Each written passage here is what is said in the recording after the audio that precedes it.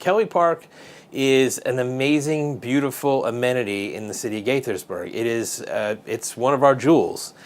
It's about 27 acres in total. This a potential school site could take up 3 to 4 to potentially 5 acres of that, which is significant, but there still could be plenty left. And I think our goal as a city would be to maximize the amount of park that's preserved for our public to use, and see if there's any enhancements elsewhere that can make up for anything that's being taken up by the school system. Right now, Victory Farm Park is really just a forested area, a lot of which is environmentally sensitive, although there is a piece that Councilmember Wu and others have identified as not as environmentally sensitive. So it could potentially be an alternative to the Kelley Park site if MCPS were to look at it and say this would be adequate for a school.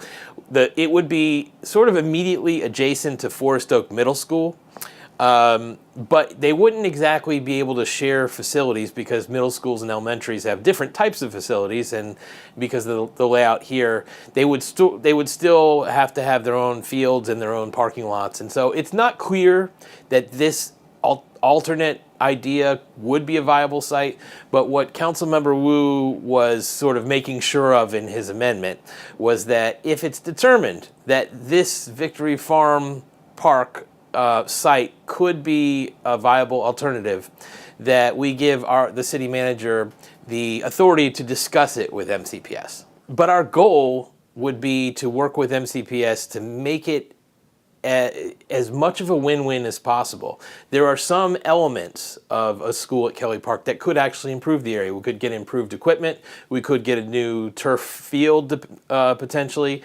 Traffic could improve because actually there'd be more walkers in this situation than there are currently. There could be enhanced security, and there have been residents that have brought some security issues to our attention. And when there's a new school, there's cameras and there's MCPS security as well as our own police, so it could enhance it. So I think ultimately we're looking to find the win-win.